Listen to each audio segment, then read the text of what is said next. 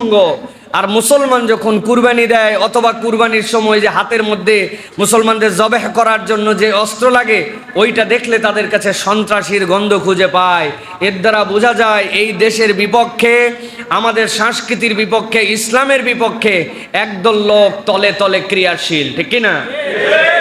অতএব প্রিয় ভাইয়েরা, এই বিষয়গুলো আমাদের হৃদয়ের মধ্যে ধারণ করতে হবে। যেই সমাজে যেই কথা প্রচলন থাকে, মুসলিম যুবকরাও অনেক সময় প্রভাবিত হয়ে সেই কথার সাথে নিজেদেরকে সম্পৃক্ত করে ফেলে। অথচ একটা কথা সব সময়, সব জায়গায়, সর্বক্ষণে হৃদয়ের মধ্যে গেঁথে রাখবেন ইমানদার মাত্র, ইসলামের কোনো উৎসব নিরেট ভোগের নয়। ইসলামের প্রতিটা উৎসব হচ্ছে আল্লাহর পক্ষ থেকে দেওয়া ত্যাগের উৎসব। ইসলামে ভোগের উৎসব নয়, ইসলাম আপনাকে ত্যাগের উৎসব শিখিয়েছে। মুসলমান যাবে ঈদ করার জন্য, ওই ঈদের আগে আল্লাহ রসুল সাল্লাল্লাহু আলাইহি ওয়াসাল্লাম বলছেন আগে আদায় করে দাও ফিতরা, কেননা তোমার আনন্দের সাথে সে যেন ভাগিদার হতে পারে। মুসলমান আনন্দ করবে কুরবানিতে, কুরবানির পশু জবে করার পরে একমাত্র আল্লাহর পক্ষ থেকে ইবাদত, যেটা আল্লাহর জন্য করে দেওয়ার পরেও আল্লাহ পুরোটা বান্দাকে দিয়ে দেন।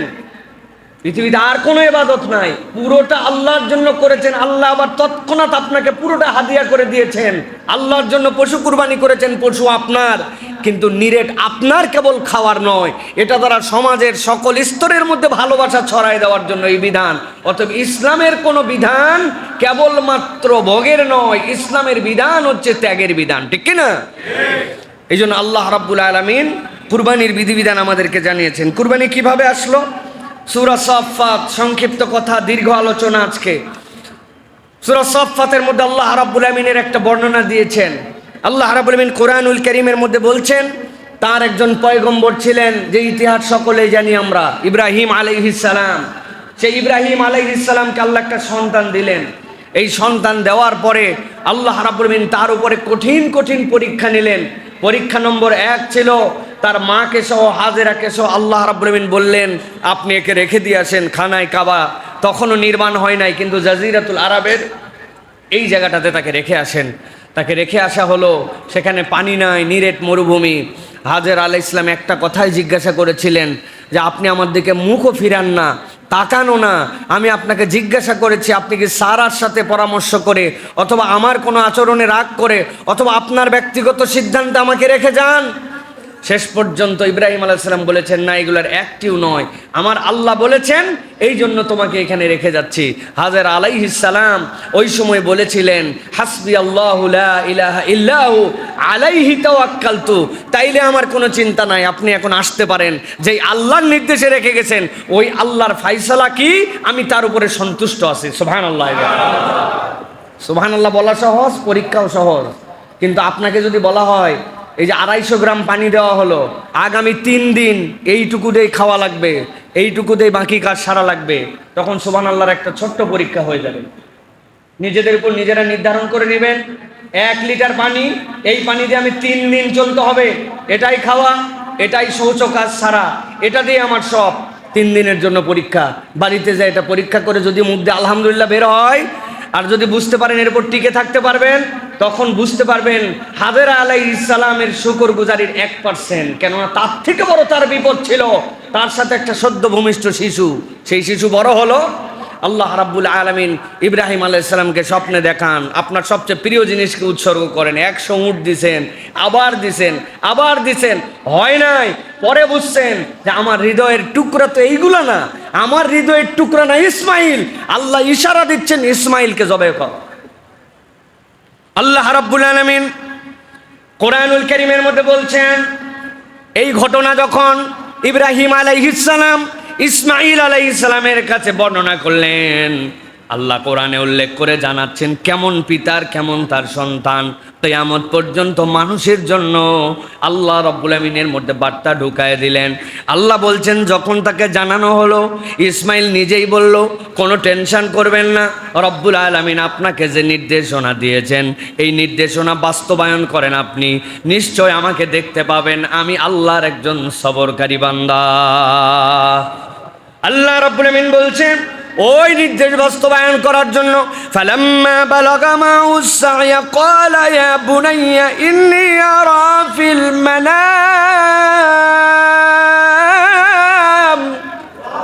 ও আমার সন্তান, তুমি এখন হাঁটা চলার উপযুক্ত হয়েছো, তুমি এখন চলতে পারো, এমন বুঝ হয়েছে যেই বুঝের দ্বারা তুমি সত্য মিথ্যা নির্ণয় করতে পারো। তোমাকে আমার পক্ষ থেকে কোনো অগ্রিম বুঝ দিয়ে তোমাকে নিয়ে যাচ্ছি না, জেনে শুনেই তোমাকে বলছি। আমি দেখেছি স্বপ্নের মধ্যে যে আমি তোমাকে জবাহ করছি। এক মুহূর্ত দেরি করেন নাই, ইসমাইল আলাইহিস সালাম ডান বাম কিছুই বলেন নাই। মানুষ আবার আল্লাহ রাব্বুল আলামিন জবাহ করতে বলে নাকি? আপনার নিশ্চয় পেট গরম হয়েছিল জন্য বাজে স্বপ্ন দেখছেন, আরেকদিন স্বপ্ন দেখেন, তারপরে দেখা যাবে, বললেই হলো নাকি? আল্লাহ রাব্বুল আলামিন বলছেন এমন এক সন্তান আমি ইব্রাহিমকে দিয়েছিলাম। শুনতে দেরি, এক সেকেন্ড দেরি না করে বলছে ফানজুর মাযা তারা, ও আমার পিতা আপনি যা দেখেছেন দেরি করেন না, আল্লাহর দেখানোটাকে আপনি বাস্তবায়ন করে ফেলেন।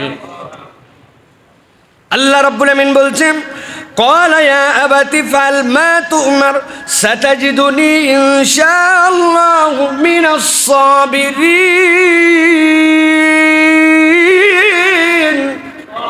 আমার রব বলছেন, সে বলছে যা নির্দেশ পেয়েছেন তাই আপনি করেন, কিন্তু তার মনে হয়েছে সন্তানের জন্য পিতার মধ্যে তাও মায়া আছে, সন্তানের জন্য পিতার মধ্যে দনমন ভাব আছে।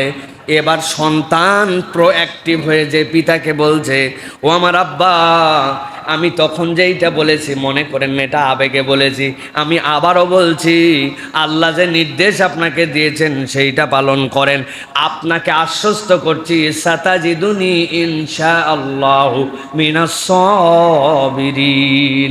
আপনি আপনার সন্তানকে দেখবেন ওই জবে করার সময় ছটপট করবে না, পালায় যাওয়ার ধান্দা করবে না, হাত পা বাঁধতে হবে না, সে সবরের সাথে শুয়ে থাকবে, আর আপনি আনন্দ চিত্তে আপনার রবের হুকুম বাস্তবায়ন করবেন। সুবহানাল্লাহ। এখানে যেই শ্রেণী সুবহানাল্লাহ বলেছেন, এর মধ্যে একটা শ্রেণী আছে ইয়াং শ্রেণী, যুবক শ্রেণী, যাদের বয়স এখন 15 থেকে শুরু করে 25-এর মতো। এই 15 থেকে 25 বয়সে যারা আছে, পড়ালেখা করে, বাপ মায়ের অধীনে এখন পর্যন্ত থাকে, যেই মানুষগুলা ইসমাইলের ঘটনা শুনে সুবহানাল্লাহ বলে, ওই বাপ মা যদি ওই সন্তানকে বলে মাগরিবের পরে বাহিরে থাকবি না, ও বাপ মারে উল্টা ঝাড়ি দিয়ে বলে কখন বাড়িতে ঢোকা লাগবে এটা তোমার কাছে শোনা লাগবে না। আছে নাকি? এখন যে ঠিকের মাত্রা কমে গেল, 200 টাকা দাও চুল কাটতে যাব, বলে কিসের 200 টাকা লাগে চুল কাটতে? 50 টাকা হলেই কাটা হয়। বলে আমি যেমন তেমন কাটি না, আমার কাঠগুলো সব সেলুনের সামনে ডিসপ্লেতে দেওয়া আছে, কোনোটা বান্দর কাঠ, কোনোটা তেন্দর কাঠ, কোনোটা শিয়াল কাঠ, কোনোটা ঘোড়া কাঠ, কোনোটা কুত্তার লেজের কাঠ, আছে না? 200 টাকা খরচ হয়। বাপমা বলছে এরকম অভদ্র হয়ে চলা যাবে না, এইটা কোনো কাঠ হলো নাকি? মানুষের বাচ্চার কম কাটে নাকি? বেশি কথা বললে তোমার বাড়িতেই থাকলাম না। আছে না? সাতাজিদুনি ইনশাআল্লাহু মিনাস সাবিরিন। আব্বা আপনি আমাকে জবাই করবেন, আর দেখবেন আমি সবরকারী হিসেবে ছটফট করব না। এই ঘটনা শুনে সুবহানাল্লাহ বলে, আল্লাহ খালি সুবহানাল্লাহ বলার জন্য এই ঘটনা আবার রিপিট করেন নাই। আপনার পিতা যদি আপনাকে কোনো ইসলামী শরীয়তের ভিতরে বৈধ নির্দেশ করে, ওই নির্দেশ মানা আপনার জন্য ফরজ।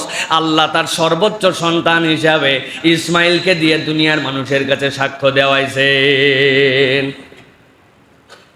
আল্লাহ রাব্বুল আলামিন এরপরে বলছেন, ও দুনিয়ার মানুষ শোনো, এইটুকু হয়ে গেল আর পিতা খুশি হয়ে গেলেন। বিষয়টি এটুকুতেই শেষ নয়। আল্লাহ বলছেন ফালাম্মা আসলামা ওয়া তাল্লাহু লিল জাবিনি ওয়া নাদাইনাহু আইয়া ইব্রাহিম। আল্লাহ বলছেন কেমন পিতার কেমন সন্তান, সন্তান রাজি হয়ে গেল, পিতাও রাজি হয়ে গেল। আল্লাহ রাব্বুল আলামিন বলছেন দুইজনের পরে চলে গেল, যাওয়ার পরে ইসমাইল শুয়ে গেল, তাল্লাহু লিল জাবিন, কুরবানি হওয়ার জন্য রেডি। কাত হয়ে শুয়ে পড়ছি আর অপেক্ষা করছি কখন আমার আব্বা আল্লাহর নির্দেশ বাস্তবায়ন করবেন। আল্লাহ বলছেন মুখের কথা নয়, শুয়ে পর্যন্ত গেছে। আল্লাহ এইটা দেখে এমন খুশি হয়ে গেলেন, রব্বুল আমিন ডাক দিলেন, ইয়া ইব্রাহিম قد صدقت الرؤيا إنا كذلك نجزي المحسنين। আর এগোতে হবে না ইব্রাহিম, তোমার মনের অবস্থা দেখে আমি 100% আল্লাহ রাব্বুল আমিনের কাছে ক্লিয়ার। তুমি জবে করার জন্য রেডি, আর তোমার সন্তান জবে হওয়ার জন্য রেডি। আর লাগবে না, আমি আল্লাহ রাব্বুল আমিন তোমার এই অ্যাপ্রোচকে কবুল করে নিছি। আর এভাবেই আমি রব যুগে যুগে রব্বুল আলামিনের পক্ষ থেকে সফল কামদেরকে বিজয়ী করে দে। আল্লাহ রাব্বুল আমিন বলছেন, কিন্তু আমার এই পয়গম্বর দয়ের এই আমলকে আমি রব্বুল আমিন এমন পছন্দ করলাম, এমনভাবে এটা কবুল করে নিলাম, এমনভাবে আমি তার প্রতি খুশি হলাম। নবীজি আসার কয়েক হাজার বছর আগে ইব্রাহিম আলাইহিস সালাম এসেছেন, আর আমার নবীর পরে আর কোনো পয়গম্বর আসবেন না। কিন্তু কিয়ামত পর্যন্ত আল্লাহ তার ইবাদতকে এমন পছন্দ করেছেন, কিয়ামত পর্যন্ত প্রতিটা ইমানদারের জন্য, মিল্লাতে ইব্রাহিমের জন্য, মুহাম্মদ সাল্লাল্লাহু আলাইহি ওয়াসাল্লামের উম্মতের জন্য কিয়ামত পর্যন্ত এই সুন্নতকে আল্লাহ বলবৎ করে দিয়েছেন।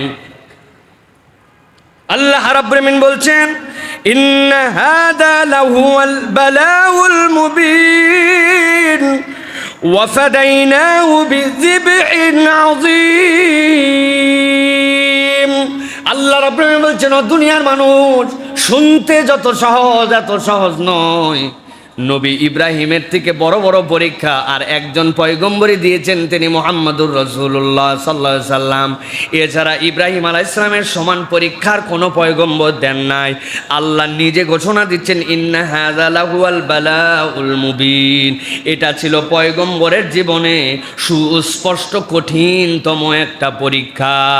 কিন্তু আমার পয়গম্বর এমনভাবে উতরায় গেলেন, আল্লাহ এর বদলে এক বিশাল, আল্লাহ বলতেছেন বিযিবহিন আযীম, আল্লাহ এমন একটা জবেহের প্রক্রিয়াকে আল্লাহ নির্ধারণ করলেন যেইটা আল্লাহ স্বয়ং বলছেন এটা আযীম।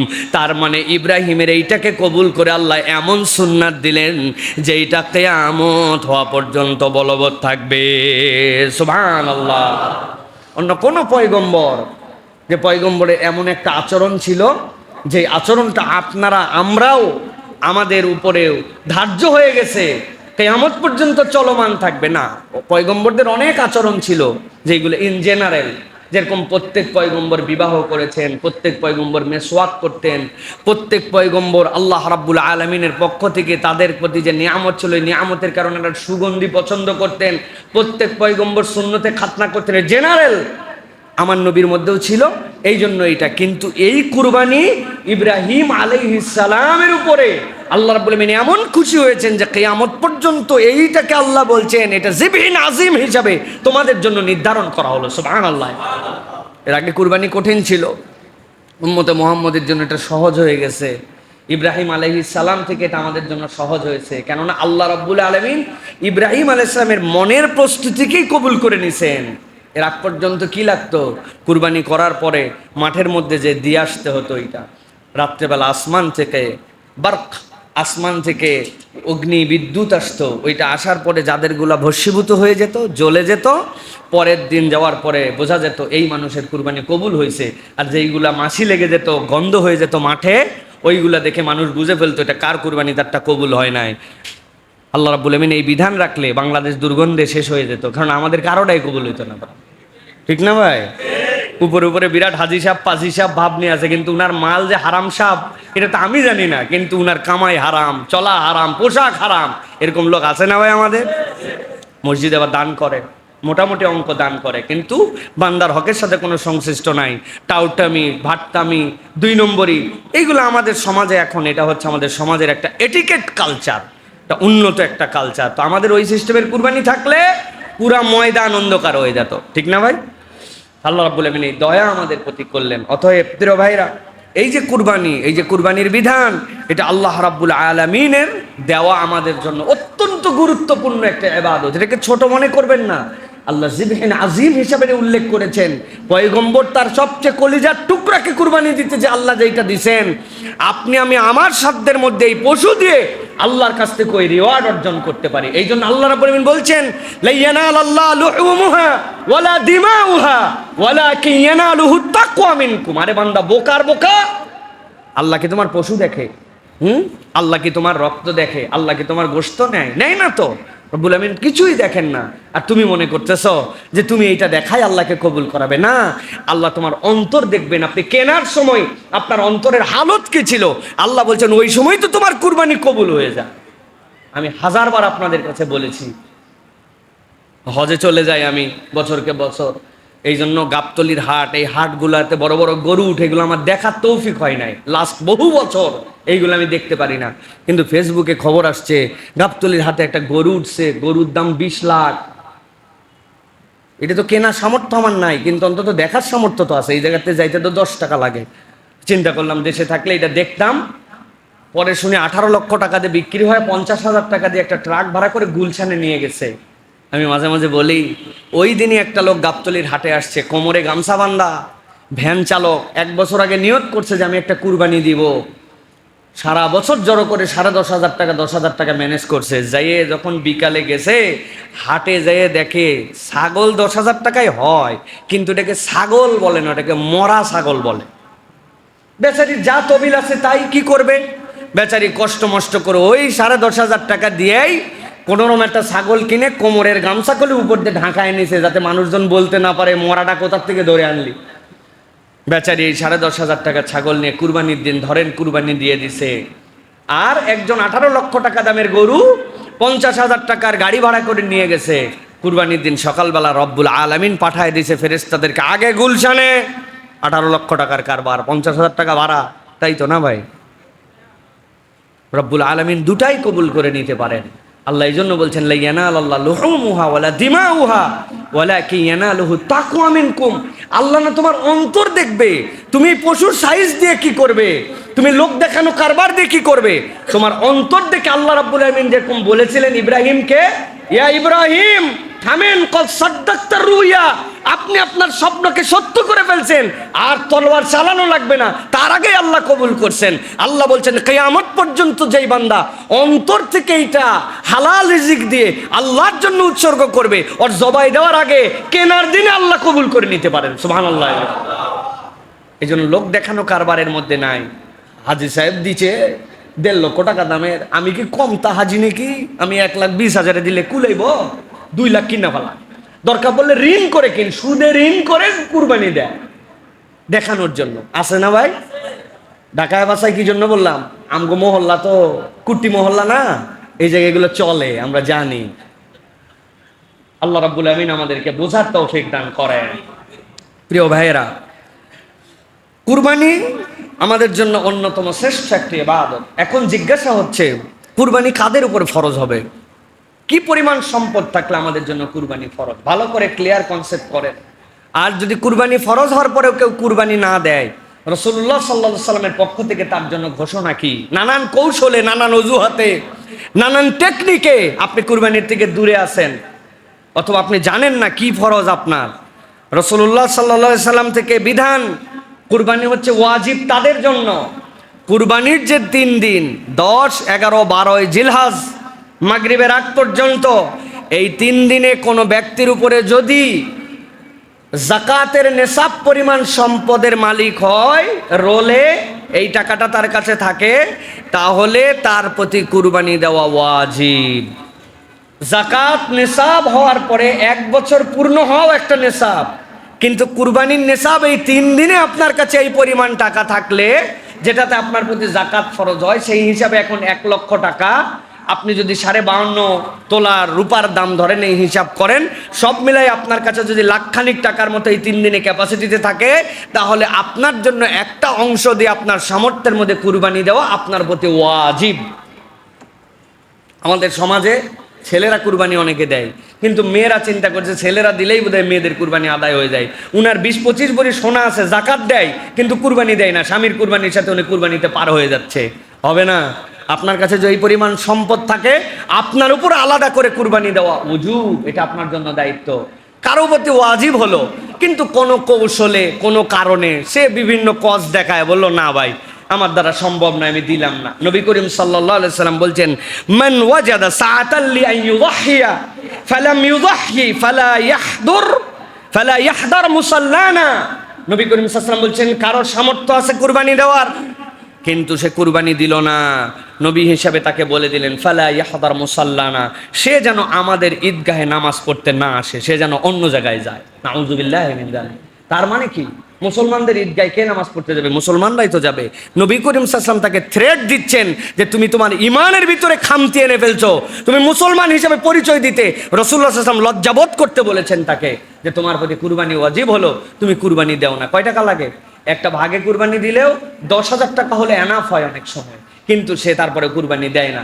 নবী করিম সাল্লাল্লাহু আলাইহি ওয়াসাল্লাম তার জন্য এই থ্রেট দিয়েছেন। অতএব যাদের প্রতি কুরবানি ওয়াজিব, এই মানুষগুলো কুরবানি আদায় করে দিবেন। অনেক ছাত্র ভাইয়ের প্রতি কুরবানি ওয়াজিব, ওনার বাপ ওনার নামে এফডিআর বানায় রাখছে, মাসে মাসে 2,000-3,000 টাকা করে দেয়, ব্যাংকে ওনার 4-5 লাখ টাকা পড়ে আছে।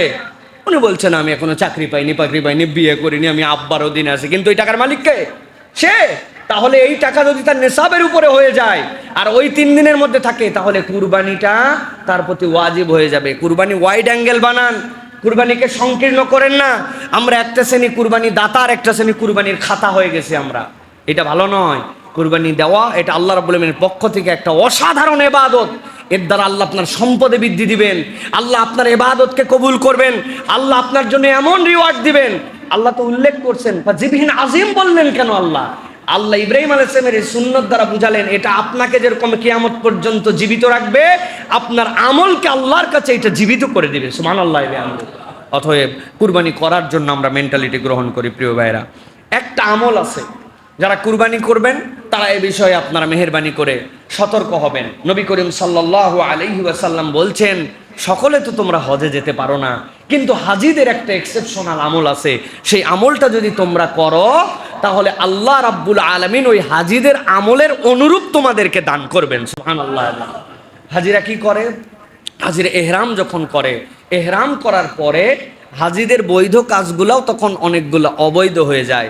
যেমন চাইলেই সে সুগন্ধি সাবান মাখতে পারে না, চাইলেই তার চুল ইচ্ছা মতো আঁচিড়ে চুল উঠে যাবে এরকম করতে পারে না, নখ একটু বড় হলেও নখগুলা কেটে ফেলতে পারে না, গোপ বড় হয়ে গেছে গোপের মাথা সমান করবে তার আর সুযোগ নাই, কেননা সে মুহরিম। আতর অনেক দামি আছে, কিন্তু এই আতর আর সে মাখতে পারবে না। পায়ের গোড়ালিটা যেন অবমুক্ত থাকে, এরকম হাজার দামি স্যান্ডেল আছে, পড়তে পারবে না।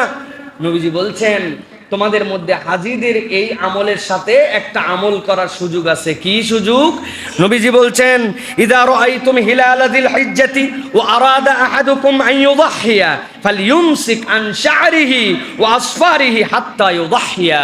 নবীজি বলছেন, তোমাদের মধ্যে কেউ যদি কুরবানি দেওয়ার নিয়ত করো অথবা বুঝতে পারো যে আমার কুরবানি দেওয়া ওয়াজিব, তাহলে যেই না জিলহজের চাঁদের 1 তারিখ হয়ে যাবে, এরপর থেকে সে যেন তার চুল না কাটে, গায়ের কোনো পশম যেন না কাটে, আর নখগুলি যেন না কাটে, যতক্ষণ পর্যন্ত না সে কুরবানি দেয়। যদি এই আমল করে হাজিদের অনুরূপ তার আমলটা আল্লাহর কাছে কবুল হবে। সুবহানাল্লাহ। অতএব হজে যেতে পারি নাই, কিন্তু এই হাজিদের সাথে আমার একটু সম্পর্ক হোক, বন্ডিং হোক, আল্লাহ রাব্বুল আলামিন ওরকম নেক আমার আমলে দান করুক, এটা একটা দেশে থেকেও আমাদের গ্রহণ করার সুযোগ আছে। এদিকে আমরা সতর্ক হব ইনশাআল্লাহ। আমরা আগের থেকে জানার চেষ্টা করব কোন তারিখে আমাদের জন্য জিলহজের চাঁদ উঠবে। যে জানবে এটা জানান। কত আজে বাজে স্ট্যাটাস দেন আপনারা, আমি অবাক হই। কতগুলো স্ট্যাটাস দিলেও তো আপনার সওয়াব হয়, অথচ আপনি সেই স্ট্যাটাস দেন না কেন? আপনি কেন মানুষকে জানান না আইয়ামে বীজের রোজাটা এই তারিখ থেকে? ভাই আগামীকালকে সোমবার, এই রোজাটা সোমবারের সাপ্তাহিক রোজা। ভাই জিলহজের চাঁদ উঠবে, কিন্তু আপনিও কুরবানি দিবেন। আজকে আপনারা পরিষ্কার হয়ে যান, 29-এ উঠতে পারে, 30-এ উঠতে পারে, আমরা কিন্তু আগামী 10 দিনে আমরা এটা করব না। কত আজে বাজে জিনিস শেয়ার করে, কত আজে বাজে জিনিস ফলো দিয়ে রাখে, কিন্তু এইগুলোর ক্ষেত্রে মুসলমানদের কোনো আগ্রহ নাই। আমরা একজন আমল করব, অন্যজনকে জানাবো। কি হবে? আদ-দাল্লু আলাল খাইরি কাফাইলিহি। কেউ যদি কাউকে কল্যাণের রাস্তা দেখায়, সে তার অনুগামী হিসাবে ওই লোক আমল করে যা সওয়াব, আপনি তাকে স্মরণ করায় সমান সওয়াব। এই জন্যই তো আমরা স্মরণ করাই না। বেটা আমি খালি বলে দিলাম সব সওয়াব নিয়ে নিল, এরকম বিষয় না। নবী করিম সাল্লাল্লাহু আলাইহি ওয়াসাল্লাম একই মাসলা বলছেন, ওই ইফতারির ক্ষেত্রে তোমার ভাইকে খাওয়াও, আল্লাহ তোমার সওয়াব দিবেন, তবে লা ইয়ানকুসু আনহু আমালুহু, তার আমল থেকে কিছুই কমানো হবে না, সেও পূর্ণ সওয়াব পাবে। সুবহানাল্লাহি ওয়া বিহামদি। তাহলে এইটার ক্ষেত্রে আমরা মনোযোগ দিব ইনশাআল্লাহ। আরেকটা বিষয় হচ্ছে প্রিয় ভাইয়েরা, সেটি হচ্ছে আধুনিক যে আমাদের সমাজ, এই আধুনিক সমাজে আমাদেরকে নতুন করে অনেক বার্তা শেখানো হচ্ছে। এই বার্তাগুলোর মধ্যে একটি বার্তা হচ্ছে যে কুরবানি নিয়েও আপত্তি করে। মুশফিকুর রহিমের কথা এর আগে বলেছি, বাংলাদেশের ক্রিকেটার, উনি কুরবানি করার পরে ওনার অস্ত্রটা হাতে নিয়ে এরপরে বলছেন আল্লাহর জন্য আজকে কুরবানি দিলাম, এটা ফেসবুকে দিছে। ফেসবুকের কমিউনিটি রেস্ট্রিকশনে চলে আসছে, পুরা দেশব্যাপী তোলপাড়। এটার দ্বারা একটা অমানবিক কাজের তিনি জিনিস করলেন, কিন্তু এটা দেখাবেন কেন? আমাদের সমাজ সেকুলার হতে হতে এত দূর পর্যন্ত আপডেট হয়েছে, এত দূর পর্যন্ত সাহসী হয়েছে যে মুসলমানদের কুরবানির বিধান নিয়ে, মুসলমানদের অন্যান্য ইবাদত নিয়ে তারা নানান ধরনের কথা বলে। আল্লাহ রাব্বুল আলামিন এদেরকে হেদায়েত দেখ, আর আমাদের কমিউনিটিকে এই সকল ফিতনা থেকে বেঁচে থাকার মতো তৌফিক দান করুক। মুসলমানদের যে ইবাদত, যেটা আল্লাহ বলছেন এটা আমি প্রকাশ করতে বলছি, আপনাকে এটা প্রকাশিত রাখতে হবে। আমি বলতেছি না আপনাকে তলোয়ারের ছবি ফেসবুকে দিতে হবে, কিন্তু আপনার ইবাদত নিয়ে আপনার মনের মধ্যে কোনো যেন দৈব নীতি না থাকে, তাহলে আপনি মুনাফিকে পর্যবসিত হবেন। আপনার মনের মধ্যেও কথা শুনতে শুনতে মনে হয়েছে আসলেও কি এরকম করা উচিত কিনা, যদি এইটা হয় তাহলে বুঝবেন আপনার অন্তরের মধ্যে নিফাক ঢুকে গেছে। এই জন্য ইসলামের বিধান পালন করার ক্ষেত্রে আমার আল্লাহ বলছেন সামি'না ওয়া আতা'না, এইটা নিয়ে কোনো মন্তব্য করার অধিকার নাই। আর যারা মন্তব্য করে এইগুলো নিয়ে, তাদের ব্যাপারে অনেক ছাড় দেওয়া হয়েছে, নতুন করে আর ছাড় দেওয়ার সুযোগ নাই। আল্লাহ রাব্বুল আলামিন কোরআনুল কারীমের মধ্যে বলছেন, কেন কুরবানি করতে বললাম? লিয়াশহাদু মানাফিআ লাহুম ওয়া ইয়াযকুরু ইসমাল্লাহি ফি আইয়ামিন মা'লুমাত আলা মা রাযাকাকুম মিন বাহিমাতিল আনআম ফাকুলু মিনহা ওয়া আতইমুল বাঈসাল ফাকির। আল্লাহ বলছেন এটা আমার দেওয়া রিজিক তোমার জন্য, আমি ওই রিজিক দ্বারা নির্ধারিত দিবসে এর উপর আল্লাহর নাম জিকির করার আদেশ আমি আল্লাহ দিলাম। পশু বানাইছে আমি আল্লাহ, আদেশ দিচ্ছি তো আমি আল্লাহ। তুমি কে যে এই জায়গাতে তুমি বারণ করো? আমরা মুসলমানরা বিসমিল্লাহি আল্লাহু আকবার এইটুকু বলে জবেহ করি, আমাদের পশু হালাল হয়ে যায়। আর আমার পাশেই একজন আল্লাহ মানে না, রসুল মানে না, ইসলাম মানে না, ঈমান থেকে দূরে, সেই লোক জবেহ করলে আমরা বলি যে আমাদের এই জবে খাওয়া যাবে না। কখনো ভেবে দেখছেন কারণ কি ভাই? কোন একটা অমুসলিম যদি বিসমিল্লাহি আল্লাহু আকবার বলে জবাহ করে, সে অমুসলিম কিন্তু বলছে বিসমিল্লাহ আল্লাহু আকবার, সেও জবাই করলো, যা যা তরিকা আছে। আমারটা বিসমিল্লাহ আল্লাহু আকবার এইটুক বললে হালাল হয়, আর ও জবাই করার পর হালাল হয় না কেন? কারণ ক্লিয়ার, আমি আল্লাহ রাব্বুল আলামিনের চোর বান্দা নয়, আর সে হচ্ছে চোর। চোর মানে কি? আল্লাহ আমাকে এই রিজিক দিছেন, আমি স্বীকার করে নিছি এটা আল্লাহর দেওয়া, তিনি রব, অতএব তার নামে জবে করতেছে, আমি চোর না, আমার জন্য হালাল। আর সে আল্লাহর দেওয়া রিজিক স্বীকার করে না রব্বুল আলামিনকে, সুতরাং মালিকের পশু সে অন্যায়ভাবে জবাই করতেছে, এই জন্য সে চোর, তারটা আমার জবে গ্রহণও করা যাবে না, আল্লাহর কাছে কবুল হবে না। সিম্পলি এইটুকু পার্থক্য কেবল। আল্লাহু আকবার, আমার রব বড়, তিনি আমাকে দিছেন। এখন এই মাসালাতে ঘুরায়া ফিরায়া আপনাকে যারা বুঝ দিচ্ছে কুরবানির পশু এত পরিমাণ প্রাণীকে হত্যা করে ফেলা হচ্ছে, বেকুবের দল জানে না যে রব্বুল আলামিন এর দ্বারা সার্কেল অফ দ্য ওয়ার্ল্ডকে ঠিক রেখেছেন। কুত্তা তো কেউ জবাই করে না আমাদের দেশে, তাতে তো প্রত্যেক জায়গায় কুত্তাতে গিজ করে ফেলার কথা, কারণ ওর তো 5-6টা করে বাচ্চা হয়, কিন্তু কুত্তার বাচ্চা কোথায়? আর প্রত্যেক দিন কয়েক কোটি কয়েক লক্ষ ছাগল খেয়ে ফেলে বাংলাদেশে। কোনোদিন তো কোনো বিয়ের অনুষ্ঠানে আকাল পড়লো না যে ছাগল পাইলাম না জন্য আমাদের বিয়ে আটকায় আছে। বোঝেন না এগুলা? এটা আল্লাহ রাব্বুল আমিনের দেওয়া নিয়ামত। এই জন্য প্রিয় ভাইরা, সুতরাং এই যে বিশ্বের বড় একটা বাজার, বিশ্বের চামড়ার বাজার, বিশ্বের মানুষের জন্য যে দারিদ্র বিমোচন মানুষজন পশুপালন করে, এগুলো সবগুলা কুরবানির সার্কেলের সাথে জড়িত। যত বেশি কুরবানি হবে তত বেশি দরিদ্র বিমোচন হবে, তত বেশি মানুষ বেনিফিটেড হবে। এটা রব্বুল আলামিন কর্তৃক নির্ধারিত। ওই বেকিবুর দল সুন্দর করে অনেক কিছুই বলে কিন্তু বোঝে না। ডক্টর মোহাম্মদ শহীদুল্লাহ ইন্ডিয়ায় গেছেন, ওনার অনেক ভাষাতাত্ত্বিক ছাত্র ছিল। এক ছাত্র ওনার পায়ে এসে প্রণাম করছে, ওঠার পরে চোখ দিয়ে পানি পড়ে বলে, ডক্টর মোহাম্মদ শহীদুল্লাহ, আপনি বিরাট বড় জ্ঞানী মানুষ, আপনার প্রতি আমার শ্রদ্ধার কোনো শেষ নাই, আপনি পণ্ডিত, কিন্তু শুধু একটাই কষ্ট, পায়ের মধ্যে যে জুতা পরে আছেন, এই পায়ের মধ্যে উনাকে বলছে আপনার প্রতি শুধুমাত্র এইটুকু আমার দুঃখ যে আপনারা এই যে গরুর দুধ খান, এটাকে কষ্ট দেন, এই গরুকে আপনার জবেও করেন, এই ধরনের কষ্ট দেন, এইটা না করলেই কত বেশি আমি তৃপ্তি পেতাম পণ্ডিত মশাই। ডক্টর মোহাম্মদ শহীদুল্লাহ তাকে তখন উত্তর দিয়েছিলেন যে তার জীবনে, আমরা তো তাও সম্মান করে মুখ দিয়ে খাই, আমরা তো সম্মান করে তাও মুখ দিয়ে তার গোশত আহার করি, কিন্তু তুমি যে মহব্বত করো, তুমি তো তার চামড়া দিয়ে জুতা বানায় তুমি পায়ে পরে ঘুরে বেড়াও, তো তোমার পায়ের জুতার থেকে তো মর্যাদার দিকে আমরা উপরে রাখছি। অতএব আগে আকল খাটাও, নিজের বিবেক খাটাও। রব্বুল আলামিন যেটা আপনার জন্য দিয়েছেন, এটা রব্বুল আলামিনের পক্ষ থেকে নিয়ামত। আগে মানুষ এত প্রমাণ দিতে পারতো না, এখন না পুরা দুনিয়া প্রমাণিত হয়ে গেছে। যারা জীব হত্যা মহাপাপ বলে, ব্যাকটেরিয়া, আপনি বলতেছেন সকালবেলা আমি রুটি খাই, কি দিয়ে খাই? ভেজিটেবল দিয়ে খাই। আপনার রুটি ফুলে কেমনে? আপনার ওর মধ্যে জীবাশ্মকে আপনি ধ্বংস না করলে, আপনার ওর মধ্যে রুটি ফুলানোর ব্যাকটেরিয়া না ঢুকলে আপনার তো রুটিই ফুলবে না। তাহলে আপনি ওখানে না দেখেও হত্যা করছেন। আগে মানুষকে বুঝ দেওয়া কঠিন ছিল। যত মডার্ন আসতেছে, আধুনিক হচ্ছে, ইসলামের বিধিবিধান তত মানুষের কাছে পরিষ্কার হচ্ছে, ঠিক কিনা? বেটা তুমি প্রতি পদে পদে এগুলো ধ্বংস করো, তুমি জানোই না। সুন্দর করে কেক বানায় খায়, কেকের ডো ফোলে কেমনে? কেমনে এটা ফোলে? এটা কি দিয়ে আপনি ফুলান? আপনি কেমনে এই জায়গায় কত কোটি কোটি প্রাণ এই জায়গায় আপনি ধ্বংস করে দেন, আপনি জানেনই না। তা আপনি কেমনে বলতেছেন যে জীব হত্যা মহাপাপ? এটা ধান্দাবাজ। যেগুলো জীব হত্যা মহাপাপ বলেছে, এরা এত বড় নরাধম যে এরা বলে যে গরু ছাগল মারা যায় নাই, কিন্তু এরা মুসলমানদেরকে কচু কাটা করে হত্যা করেছে, মুসলমানকে এরা জীবের মধ্যেও ধরে না। অতএব তোমাদের ধান্দামো আর ভণ্ডামো এগুলো আমাদের কাছে পরিষ্কার হয়ে গেছে, ঠিক কিনা? প্রিয় ভাইয়েরা, আল্লাহ রাব্বুল আলামিন এই জন্য বলছেন, ওয়ালিকুল্লি উম্মাতিন জাআলনা মানসাকা লিয়াজকুরু ইসমাল্লাহি আলা মা রাযাকাকুম মিন বাহিমাতিল আনাম। তোমাদেরকে যে বাহিমাতুল আনাম দিলাম, প্রত্যেক কওমের জন্য আল্লাহ রাব্বুল আলামিন তাদের যে জবেহের স্থান, তাদের যে উৎসর্গের জায়গা আল্লাহ জানায় রাখছিলেন প্রত্যেক উম্মতের। উম্মতে মুহাম্মাদি, তোমাদের জন্য আনন্দের দিবস হচ্ছে এইটা। আল্লাহ বলছেন কেবল তুমিই খাবে না, ওয়াতিমুল বাইসাল ফাকির।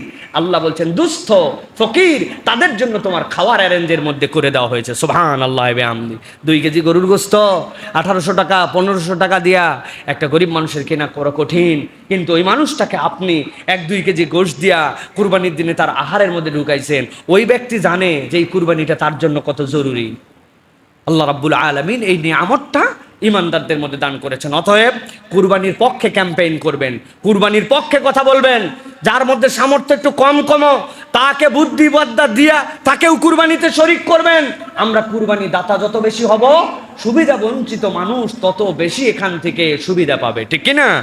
আল্লাহ আমাদেরকে বোঝার তৌফিক দান করেন। প্রিয় ভাইয়েরা, সর্বশেষ কতগুলো বিষয় বলবো, আর কতগুলো প্রশ্ন আসছে সেইগুলো আপনাদের কাছে উত্তর দেবো। এর মধ্যে একটা গুরুত্বপূর্ণ বিষয় হচ্ছে, আমরা যে কুরবানি করি, কুরবানির জবেহের কিছু আদব আছে।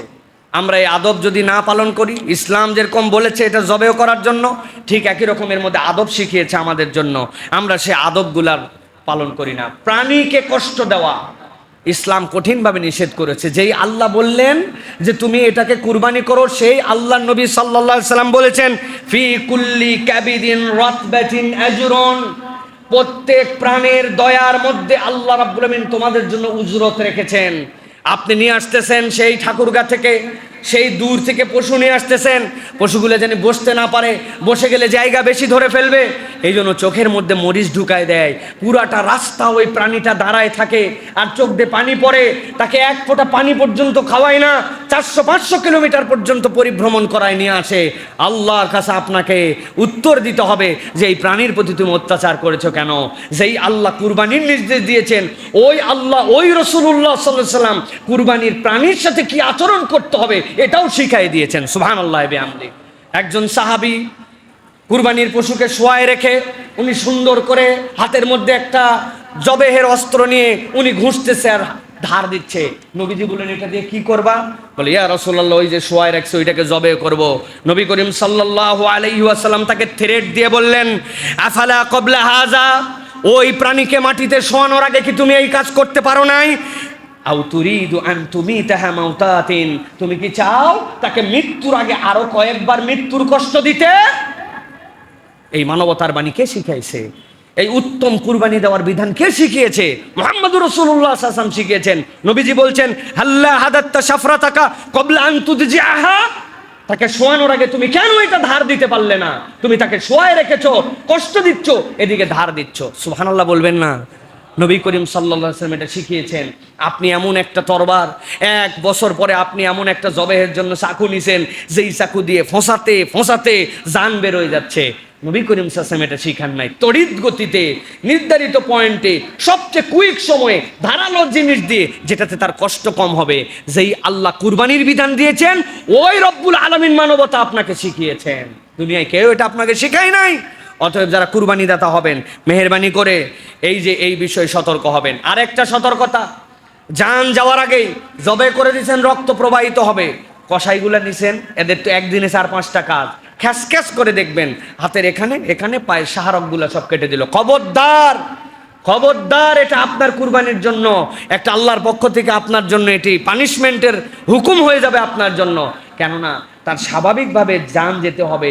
ইসলাম শিখাচ্ছে তার রক্ত প্রবাহের মাধ্যমে জান যাবে। আপনি 2-4-5 মিনিটের জন্য হাত পায়ের রক্ত দ্রুত কেটে দিলেন, পুরাপুরি শরীরের রক্তটা প্রবাহিত হওয়ার সুযোগ দিলেন না, এটা তার জন্য কষ্ট। কুরবানিতে এটা করা যাবে না প্রিয় ভাইয়েরা। 3 নম্বর, কুরবানির পশু যেটা কুরবানি দিচ্ছি, একটা কুরবানির পশুর সামনে আরেকটা কুরবানির পশুকে কুরবানি না দেওয়ার বিধানটা আমাদের জন্য উত্তম। একটা কুরবানি দিচ্ছেন, তাকে নিয়ে আসলেন, পাশে আরেকটাকে সরায় রাখলেন। এই পদ্ধতিতে আমাদের এই কুরবানিগুলো সতর্ক হতে হবে। আর কুরবানির পশুর পরিবহনে যারা অমানবিকতা করতেছেন, আপনাদের কাছে আল্লাহর হস্তে বলবো, এইরকম আপনারা আচরণ করেন না। এরা অবলা প্রাণী, এরা আল্লাহর জন্য স্যাক্রিফাইস করবে জন্য আল্লাহ এদেরকে সৃষ্টি করেছেন। কিন্তু আপনি যদি তাদের প্রতি ক্রুয়েলিটি দেখান, এটা আপনার এবং আপনার পরিবার, আপনার কামাই, এইগুলো সবগুলোর প্রতি এফেক্ট আসবে। কথা আমার নয়, কথা মুহাম্মদুর রাসূলুল্লাহ সাল্লাল্লাহু আলাইহি ওয়াসাল্লাম। নবীজি বলছেন, ইরহাম্মান ফিল আরদ, জমিনের প্রতি যারা আছে তাদের প্রতি দয়া করো, আসমানওয়ালা তোমার প্রতি দয়া করবেন। এখন জমিনওয়ালার প্রতি আপনি যদি দয়া না করে ক্রুয়েলিটি দেখান, আসমানওয়ালাও আপনাকে শাস্তি দিবেন। আল্লাহ আমাদেরকে বোঝার তৌফিক দান করুক, বলেন আল্লাহুম্মা আমিন। এটা করতে পারলে আলহামদুলিল্লাহ, কিন্তু এই ভাগে যদি কম বেশি হয়, অতএব পুরো ভাগ যদি কেউ খেয়ে ফেলে, দিয়ে ফেলে, এতে ইসলামের কোনো বেরিয়ার নাই, কেননা ইসলাম ভাগ করাকে নির্ধারিত করে দেয় নাই। আল্লাহ আমাদেরকে বোঝার তৌফিক দান করুন। হাযা মা ইনদি ওয়াল ইলমু ইনদাল্লাহ, সুবহানাকাল্লাহুম্মা বিহামদিকা আশহাদু আল্লা ইলাহা ইল্লা আনতা আস্তাগফিরুকা ওয়া আতুবু ইলাইক। ওয়াসসালামু আলাইকুম ওয়া রাহমাতুল্লাহি ওয়া বারাকাতুহু।